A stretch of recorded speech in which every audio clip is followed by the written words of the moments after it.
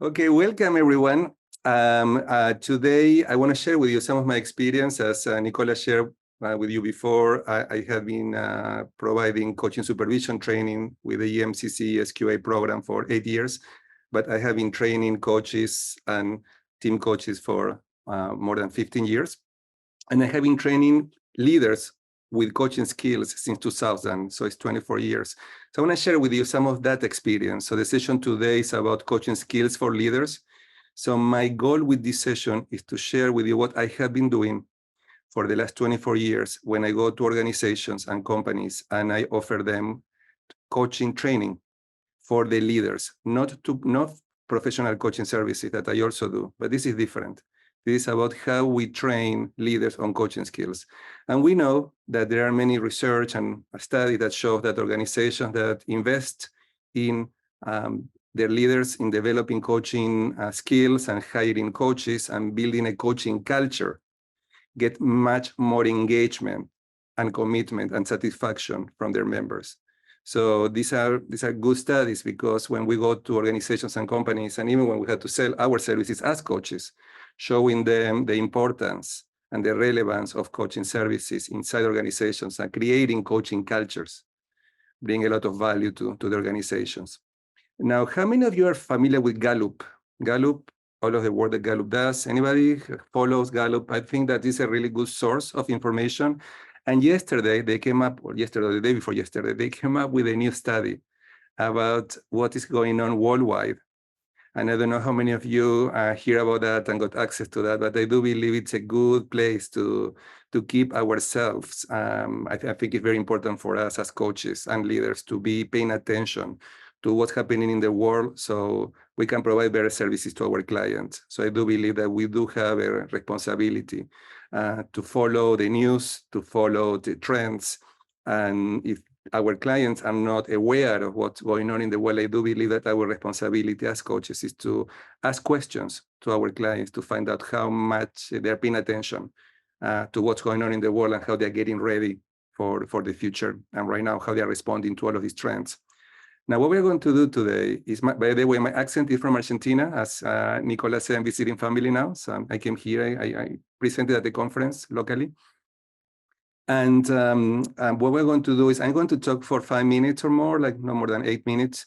And then we're going to have a breakout room, because this is a dialogue series. This is an opportunity to have a dialogue with colleagues on different topics.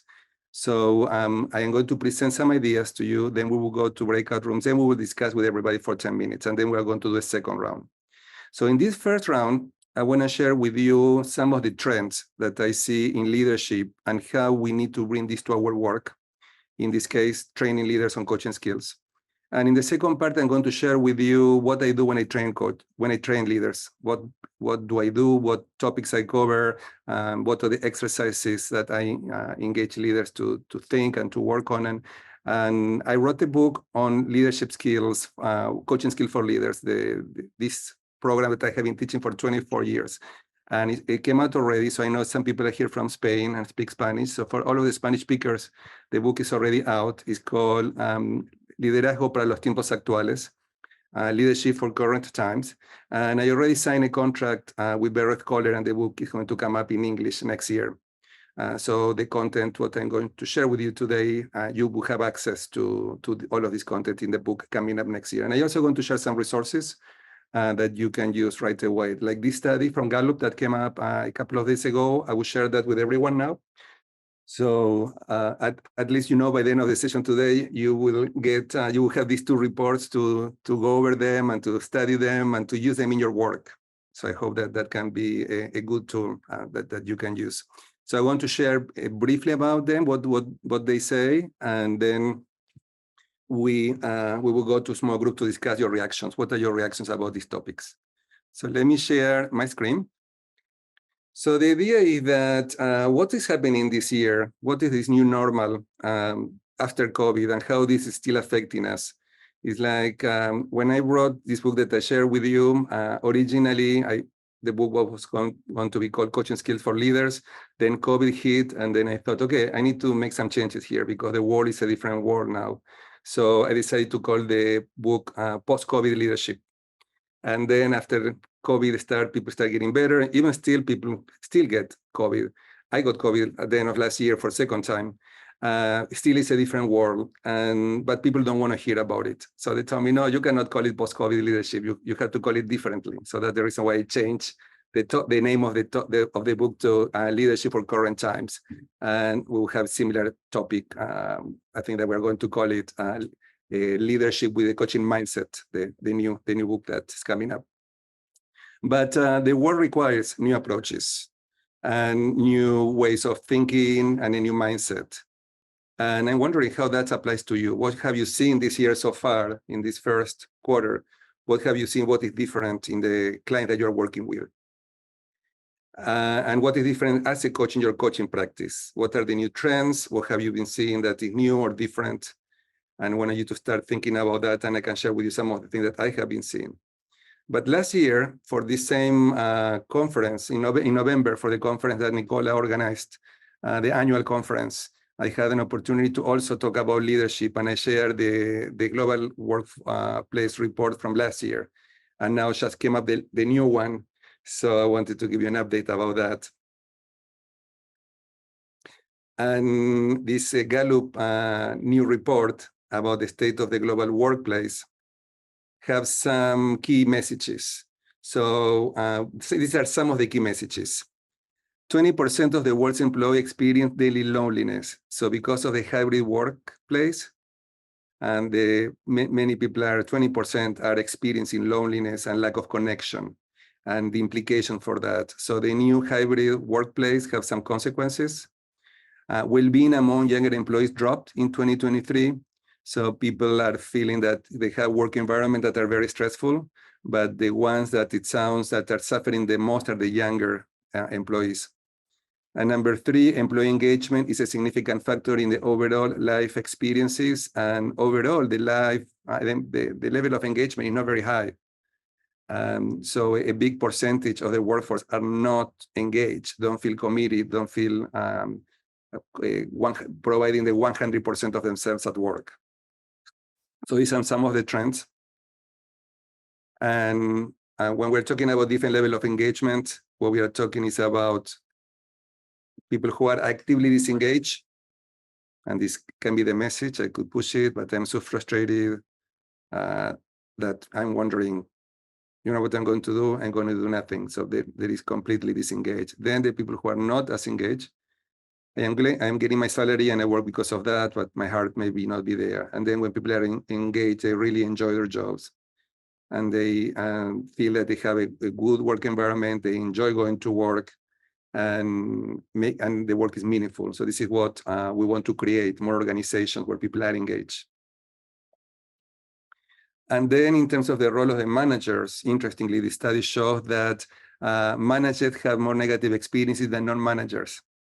So at work, because of the stress and the tension and the current realities, you have a lot of details about this in the report, but this is an interesting element that many people may choose not to be a manager if they don't have to. That's an interesting point. And the second one is when managers are engaged, employees are more likely to be engaged. So let's talk about the importance of management engagement, because the issue is not that only employees are not engaged. The managers are not engaged either. So if the managers are not engaged, it's very difficult that people around them and working for them will be engaged too. And another point is that in the best practice organization, 3/4 of managers are engaged, along with 7 in 10 non-managers. There's some details, but I think that the key messages are clear. So the idea is that the development of leaders as coaches is key to success of teams and their collaborators. So this is one of the key messages from Gallup in the study that they are doing. And we need to stop here so we can have the first breakout. Nicola, can we send people to maybe for 8 minutes instead of 10, 8 minutes to work in triads, groups of 4, to discuss what are your reactions about these first numbers and issues that I shared with you. And then we'll jump into more details about how we work with what specific skills and how we train leaders on coaching skills. So the question is, what are your reactions to what you have heard so far?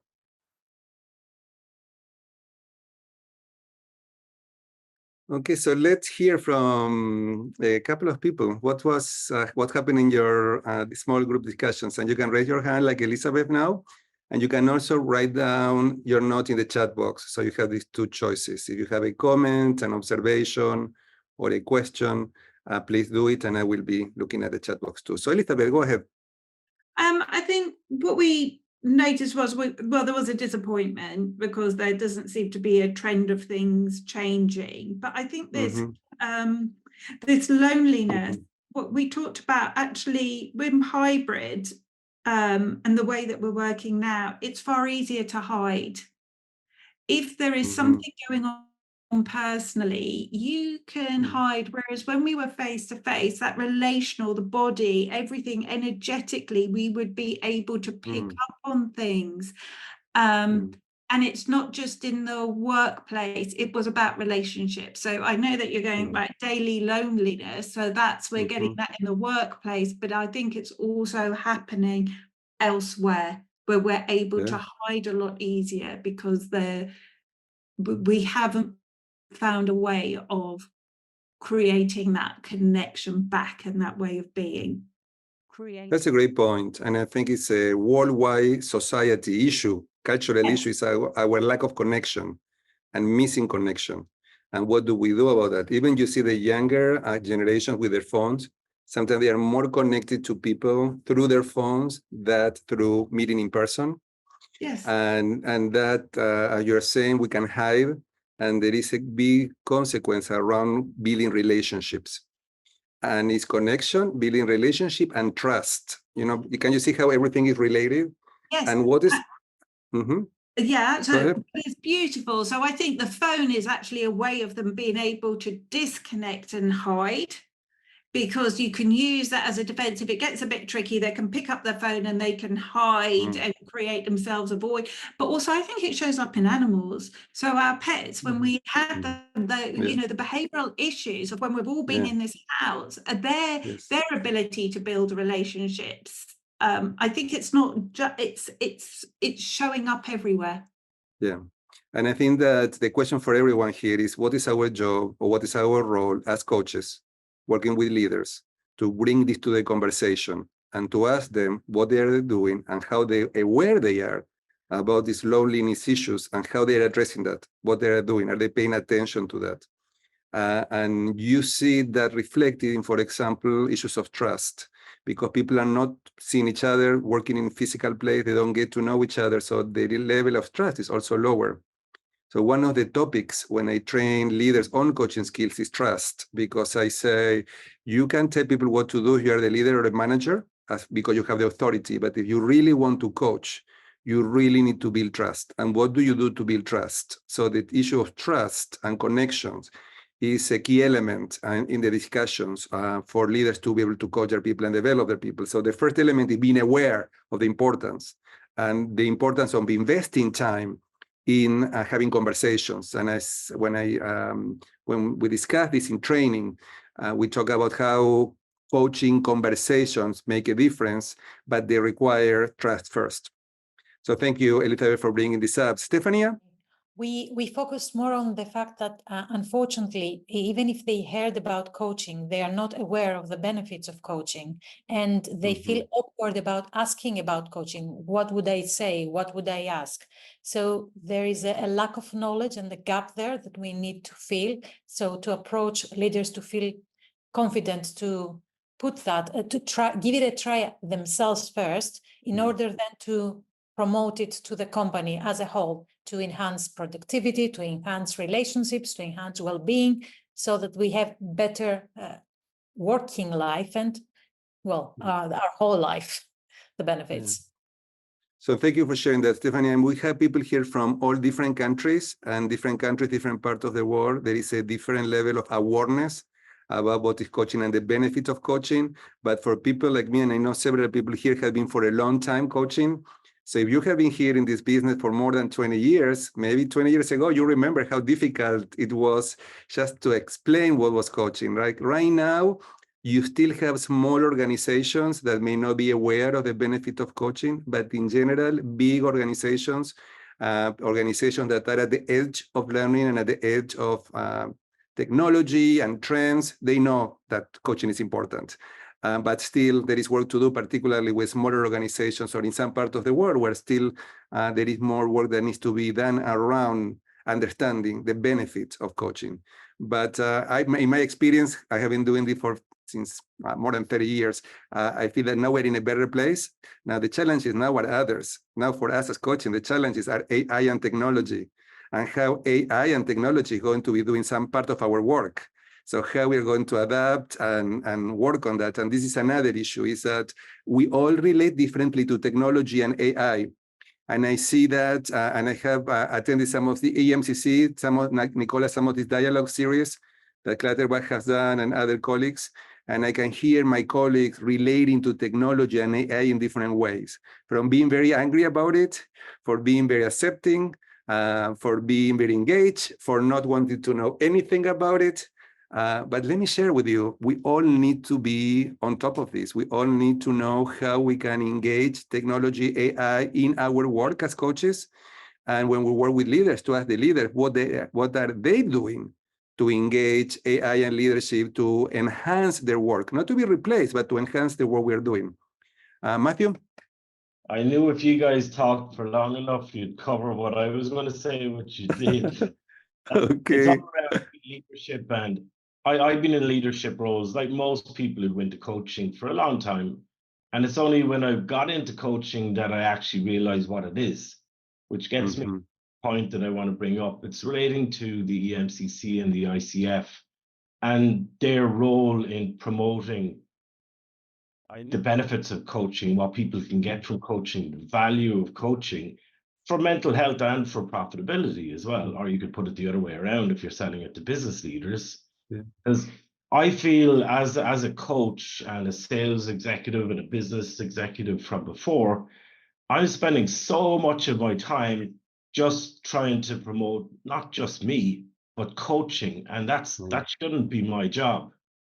So I guess my question for that is to Nicola, like, what are EMCC and ICF doing to promote coaching and the benefits that can bring to help new coaches like me to not have that complete negativity? People think the coach is just going to come in and point out all the problems and tell me all that I'm trying to deal with, but that's not the role of the coach. The role of the coach is to help. That's a great question, and I agree with you, Matthew. I was the global president for the International Coach Federation for 2 years, 10 years ago, 2013 and 14. And I do believe that organizations have a role in doing that. And many times they do a lot of things and they are not good in communicating and letting the members know.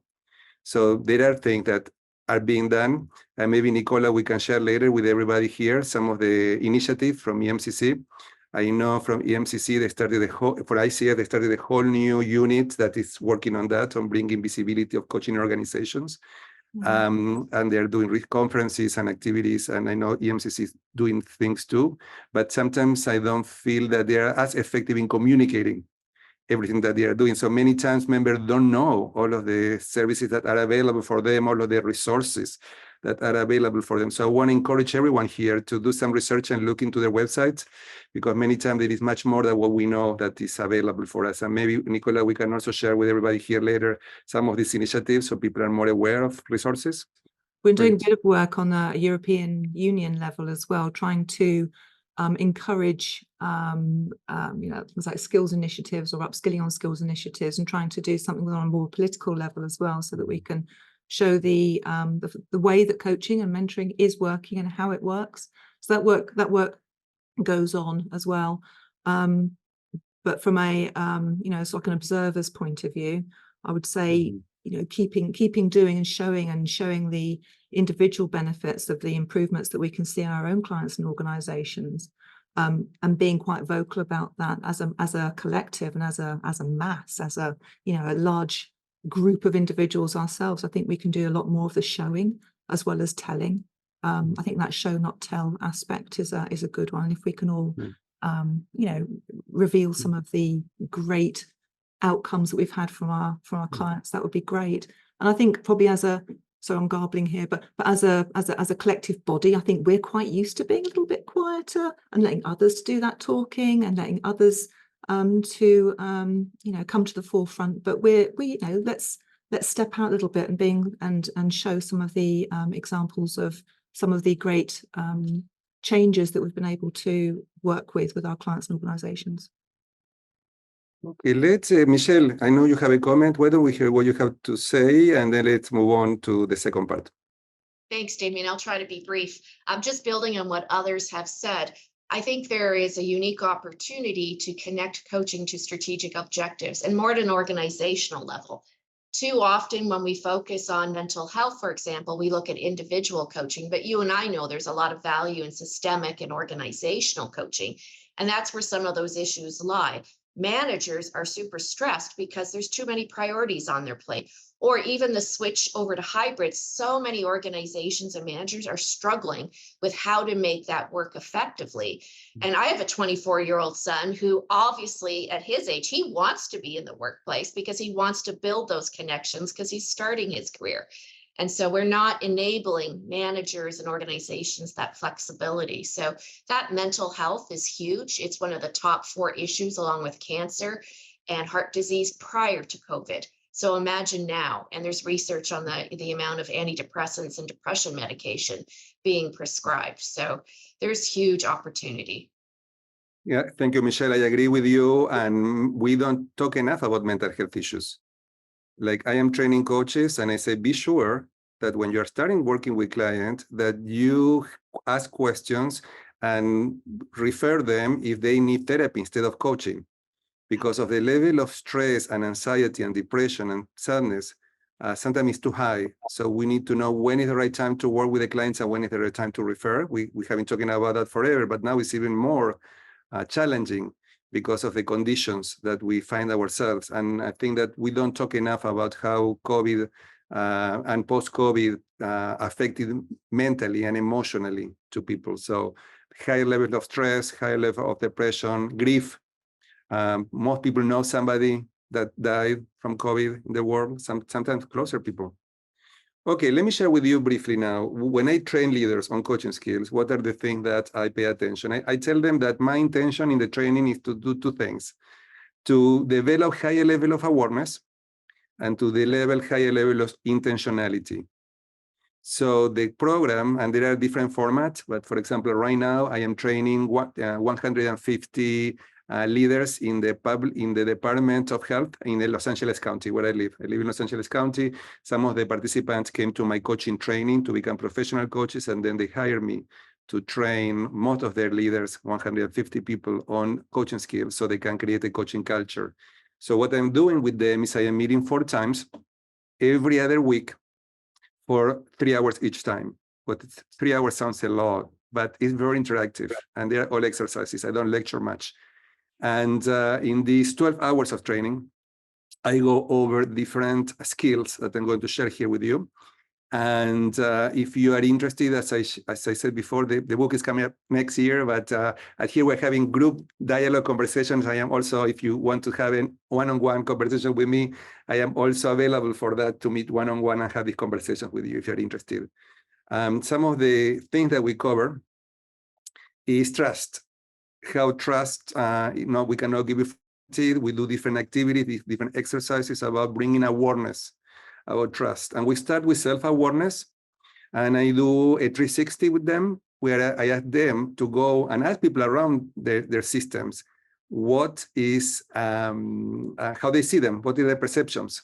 So one of the first exercises, sometimes we do that when we do executive coaching one-on-one. Here we do it, it's just, we don't have these resources, so we just ask people to ask colleagues around them, how do they see them? What do they see that their strength? With a strength-based approach, looking at strength to leverage strength versus looking at what's not working. So ask your colleagues for strength and see how they see you and how you want to leverage that. And then I say, ask for 3 strengths and 1 area where you can be more effective. And then people come back to class and discuss what they learn and what they want to do with that. Then we talk about trust and the importance of trust. And we talk about the importance of communication and trust. And I use Brené Brown work. I don't know how many of you are familiar with Brené Brown. I really like her very much. She came up, she has a really nice session in the let's see if I move myself here. Super Soul Sessions. It's called, if you look in the internet, from Oprah Winfrey. And there is a really nice video that I show about Brené Brown talking about trust and looking about this element of trust. She came out with this acronym BRAVING. And we discuss how this applies to work, how they are building trust. We look at relationships and what they need to cultivate the different relationships and what they need to do to build trust with all of their colleagues and not give it for granted. We also covered this very famous, one of the most famous models of coaching that I don't think professional coaches should be using, but it's appropriate for leaders to have coaching conversations about growth. So the message here, I tell them that when we're having coaching conversations, we go in two directions. And I say that when I train professional coaches too, that conversations most of the time go from the present to the future, from where we are to where we want to be. And I think horizontally and vertically.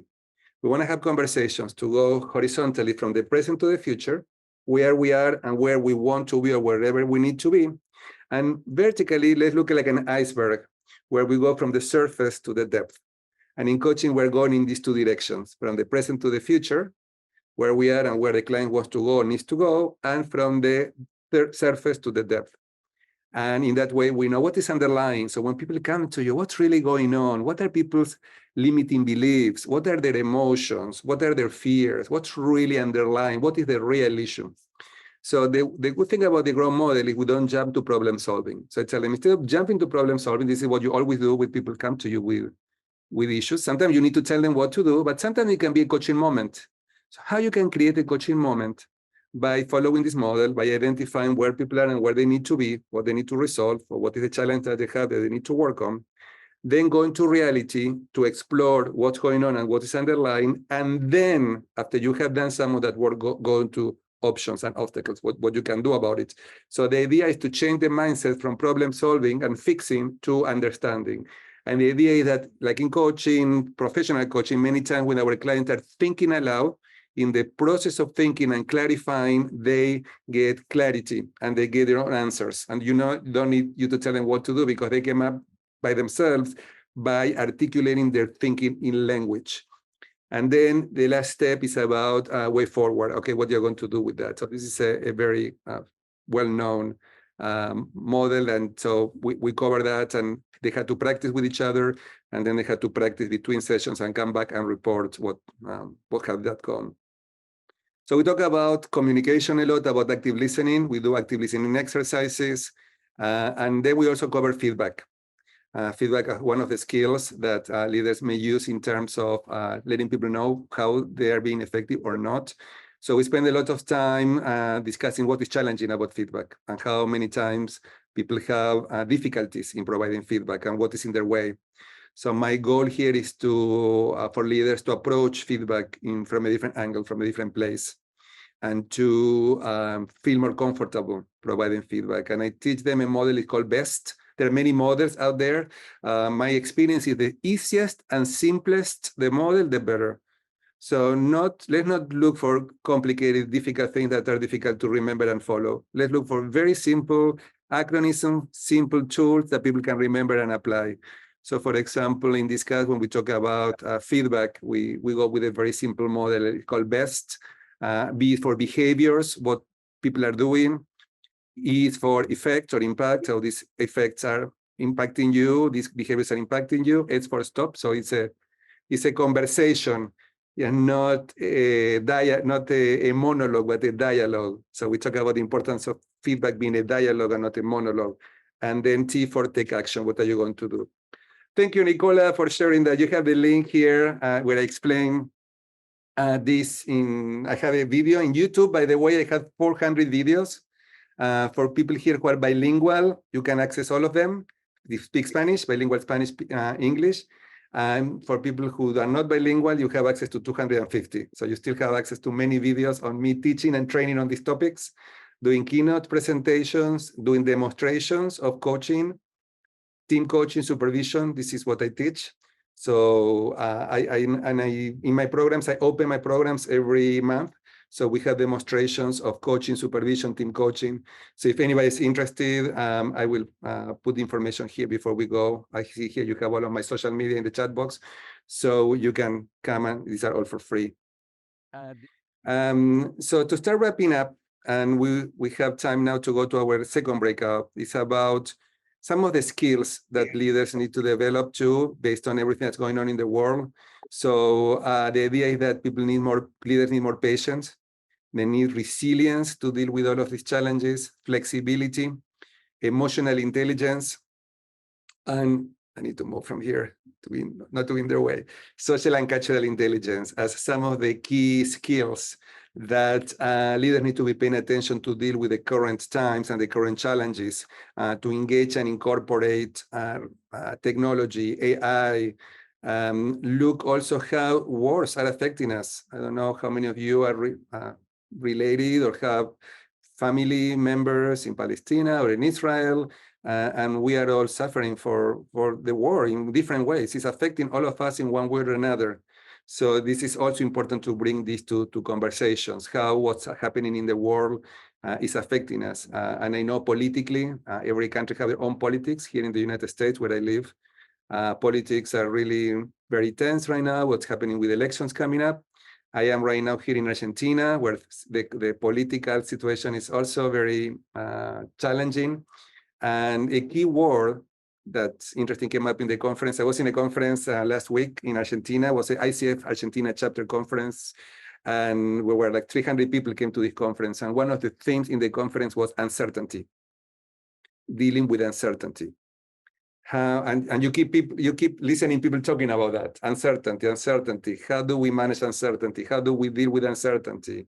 How uncomfortable with that, how we suffer it from it, and how as coaches we can support leaders and clients to deal with uncertainty in more effective ways. Okay, so they're going out to talk about the reactions for this second part that they're going to report back in when they come back.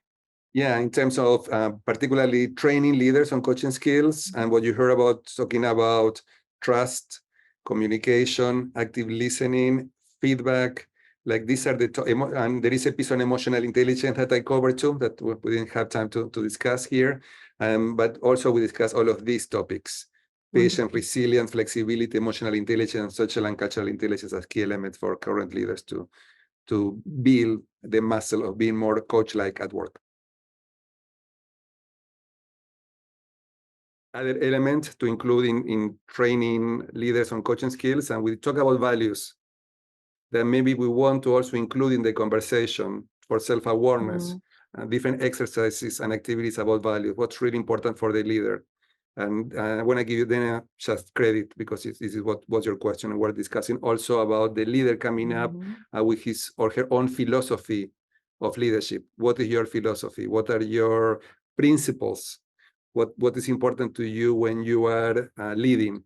And some leaders have done a lot of work on themselves and are aware of that. But for some people, they have never ever done that. So it can be a great experience to ask them, okay, what are your principles? What is important to you as a leader? And how do you lead people? And so how does that translate to you? Yeah. And how does that translate to them as coaches? You know, and you may all be familiar with different values tools. There are many tools available around values. But the simple one is just go to the internet and get a list of 50 or 100 values, and then ask your client as a coach or in a training to identify what are the 10 values that you identify the most. What are the 10 things that are the most important to you here? And then from this, rank them from 1 to 10 to see, okay, what are the most to the least important, and how you can use that in everyday practice.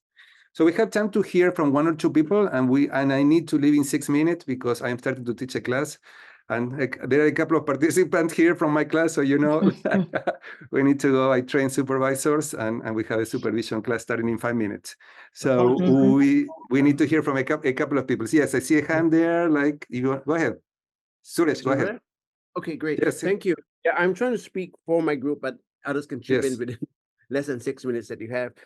We talked of openness and the fear factor, people not wanting to speak up. And we think if the leader says, you know, I tell you what happened, and encourage everyone to speak up, because and people may have a dark side because, you know, it's like the 4 years, I know you said COVID has passed and all, but it's still there to stay and just move on. And that's the point, moving on positively. So maybe the focus could say, how can we move on positively, you know, and think, see the best in a person, because everyone is unique in their own way, not the best in a person. And that's what I was trying to impart, the appreciative quality of a person, because that's the best, and that is team building as well. I end there. Thanks. Yeah, and looking at the strength and providing reinforcement feedback. So when we talk about feedback in the programs, I said there are 4 possibilities. You can reinforce what is working. You want people to continue doing what is working. You want people to start, stop, or change what they are doing. So you need to provide ongoing reinforcement feedback of what is working. So by the time that you need to give the other feedback, it's a balanced and fair feedback. And I don't like sandwich. You know, sandwich feedback, good, bad, and good, no, because the message in the middle gets dispersed. So you need to be clear. There is a time to provide reinforcing feedback and a time to ask people to do something different. Alex, our last comment before we go. Yeah, no problem at all. Thank you. Really useful session, very tight, very focused, under pressure. One of our conversations which related to a point that we kind of touched on was ROI. And none of us on our particular group had seen return of investment successfully implemented on any coaching program that we'd use. Now, coming back to a point, the discussion that you were having earlier about selling the benefits of coaching, just wondering what your thoughts are. Are we aggressive enough? Is aggressive the right word? About showing our return of investments and stating what we want to achieve and tracking the benefits through to realization? Excellent point, Alex. I think that many times companies invest money in training, but they don't follow up. So for example, what I am doing in the way that I designed this program is there are 4 sessions and there are 2 weeks from each session where I tell people most of the work should happen between the session, not during the session. So don't come to receive training just to receive something. You need to be doing things, and then most of the learning happen between the sessions. And then when we finish the program, I'm going to be providing monthly reinforcement sessions, because people, if you don't continue the conversation, if you don't continue reinforcing what people have learned, things may go away. So I do believe that any program that is a serious program has ongoing reinforcement and ongoing activities to reinforce what people have learned. So I think that's a key element. And there's a slight difference on that. I think everybody on this call would recognize the benefit of ROI. It's whether the companies are engaging the coaching program as serious about return of investments and setting up a program for success. Alex, that's a great point. That's a great point. And there are ways to measure success, and I think that many coaches are not aware about how to do that. That can be, Nicola, another session, return on investment. I think that is an important one, how coaches can bring this to conversations and bring this to the work that they are doing. We need to wrap up. You can stay, you don't have to go, because we have 30 more minutes. And in the next 30 minutes, you're going to go to groups just more for networking and to continue the conversation. So we're not finishing the conversation. You go to small groups, and Nicola is going to facilitate that. This is what happened in every session for the last 30 minutes. Sometimes I am very, I want to cover too much in a short time period. But the good news is that we don't need to finish this today. I posted in the chat box, I have a newsletter where I have articles and where I invite people to come to 3 sessions that I teach, and also share the recording from previous sessions. So there are a lot of resources if you're interested in topics. So you have there the link to sign up for the newsletter, or the link to just see one and see if you like it and if you want to subscribe or not. So these are ways to keep in touch. Also, through LinkedIn, if you're not linked with me, you want to do that, go ahead. And Nicola, thank you for inviting me again. And thank you everybody for being here. I really appreciate you taking the time to join us today. And this is to be continued, you know, like I keep coming back and I keep collaborating, and we are going to continue this conversation later. We maybe want a more specific topic, but thank you, Nicola, again for engaging me in this program. Oh, Damian, it's been absolutely fab. I feel you've opened a box and we've looked inside, we've gone, oh, and we've gone, oh my goodness, what are we going to do with this box now? And then we've got to, you can get the end of the session already? No. But yeah, no, you've opened up such a lot of thinking for everybody, and you've all opened up a lot of thinking for each other as well, which has been absolutely fantastic. Damian, I know you've got a race. Thank you so much, and we will bring you back soon. Another one of these. Thanks, everybody. Thank you for joining, and please be in touch. And if you want to continue the conversation, I am willing and available. Okay, take care. Good luck. Thank you, Thank you, Damian. Damian. Thank you.